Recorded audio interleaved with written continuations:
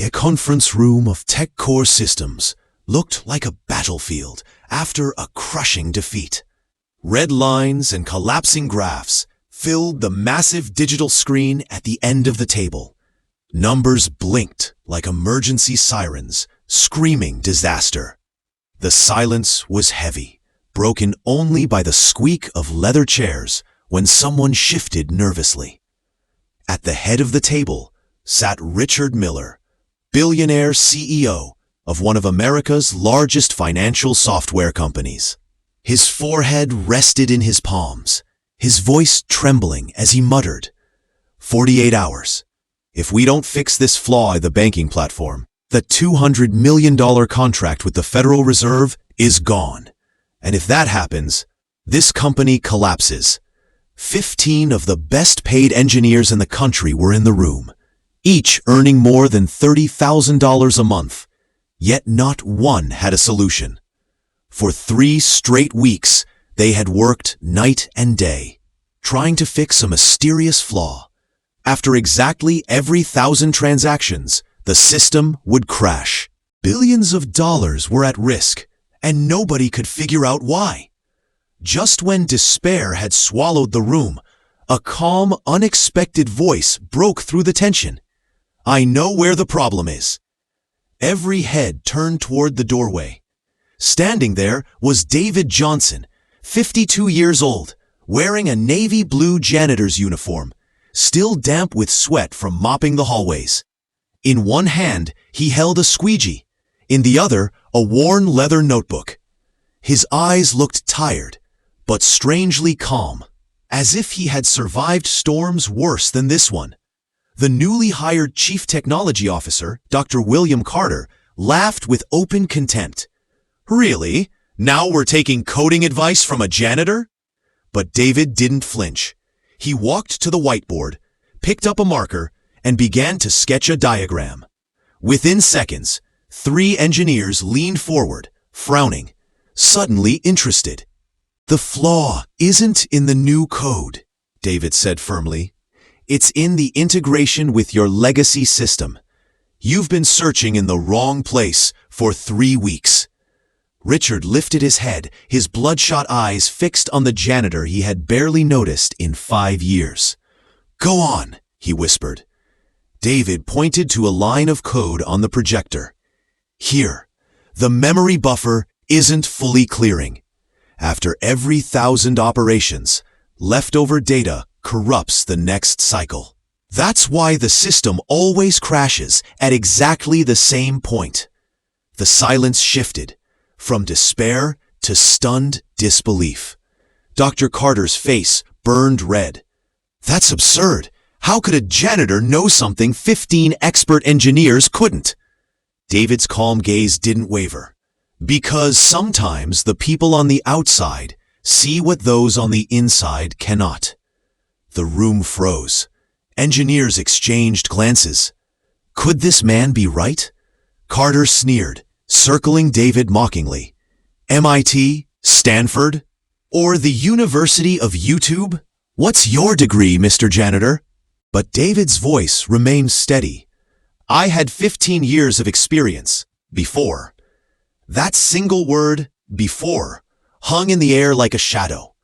Richard leaned forward. Before what? David took a slow breath. Before I was framed for a fraud I didn't commit.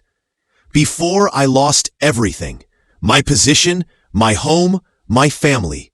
I was once a senior systems architect at Dataflow International, leading a team that built banking algorithms used across 12 countries. Then a business partner needed a scapegoat. They accused me of embezzlement. 3 years of court battles destroyed me. Even when I was cleared, no one in the industry would touch my name. So I picked up a mop to survive. The room was silent. The engineers who had mocked him looked away, ashamed. David tapped the whiteboard again, writing out a line of code.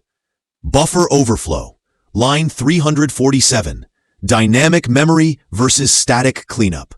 Fix that, and your crashes will vanish. Patricia Gomez, the most senior engineer, leaned forward, eyes wide. That That actually explains everything. Richard slammed the table. Test his solution, now!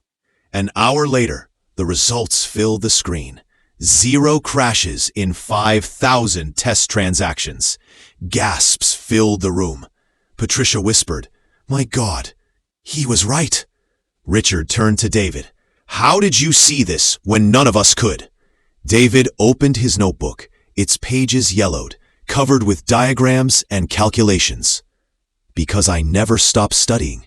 5 years of scrubbing floors gave me time to observe, to think, to refine ideas. While you saw a janitor, I was solving your puzzles." Carter exploded. "He's lying! He must have stolen this!" David calmly turned a page, revealing designs for an entirely new banking security system. Cheaper, faster, and virtually unbreakable. Patricia scanned the drawings, her eyes widening. "This is brilliant." Richard stood, his decision clear. "David, starting tomorrow, you're on my development team. Carter, you'll handle maintenance projects. Consider this a realignment of priorities." Carter's face drained of color. Maintenance was a demotion. The janitor he mocked was now leading the project he had failed to solve. 3 days later, TechCore's headquarters buzzed with press, investors, and board members. Richard was about to unveil the company's new banking system, designed by the man everyone thought was just the janitor. David entered not in a uniform, but in a tailored suit, carrying his leather notebook like a badge of honor. He presented his system with stunning clarity. 200% faster, 60% cheaper, unbreakable security. Investors leaned forward, eyes wide. Then David clicked to the next slide. "Before we continue, let's address competence." The screen flashed to the failed data secure project of 2018, a disaster that had cost clients $50 million. David's eyes locked on Carter. "Do you remember this?" Carter froze. That's irrelevant." "It's entirely relevant," David said, revealing buried reports and Carter's emails, promising features he knew were impossible, covering flaws for bonus money. Gasps filled the room. Journalists scribbled furiously. Richard's face hardened. "Carter, you're finished here. Security, escort him out." Cameras clicked as Carter was dragged out, his reputation in ruins. David remained calm, closing his notebook. "Gentlemen, the future of secure banking begins here." 6 months later, Fortune magazine featured David on its cover. From janitor to genius, the man who reinvented banking security. TechCore became the industry leader. David, now chief technical director, signed billion-dollar contracts with European and Asian banks. From his new office overlooking New York City, David often thought about Carter. Jobless, disgraced, Carter had fallen to rock bottom. But David surprised everyone. One afternoon, he told Patricia, offer him a position, entry level, minimum wage. If he works hard, maybe he can rebuild himself. Patricia blinked. After everything he did? David nodded. Everyone deserves a chance to start over. I got mine when no one believed in me. Now it's his turn. A week later, Carter, wearing a cheap suit and carrying a plastic briefcase, walked into TechCore as a humble assistant. His eyes met David's across the lobby. David extended his hand. Welcome to the team, William. I hope this will be a valuable learning experience. Carter's voice cracked. Thank you. I won't waste it. Months later, during an interview, a journalist asked David, what's your philosophy of leadership? David smiled thoughtfully.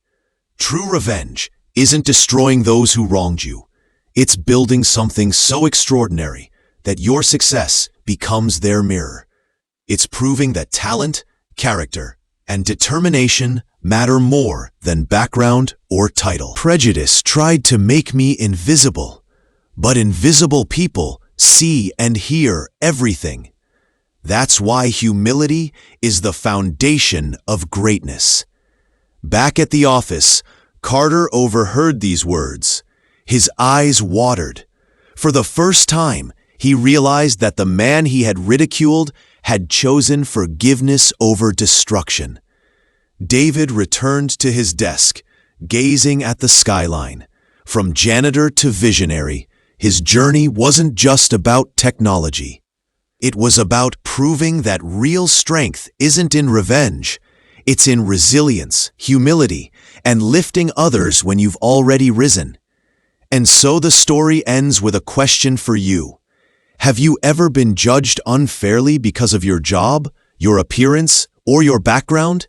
Remember, those who underestimate you can't define you. Only your results can.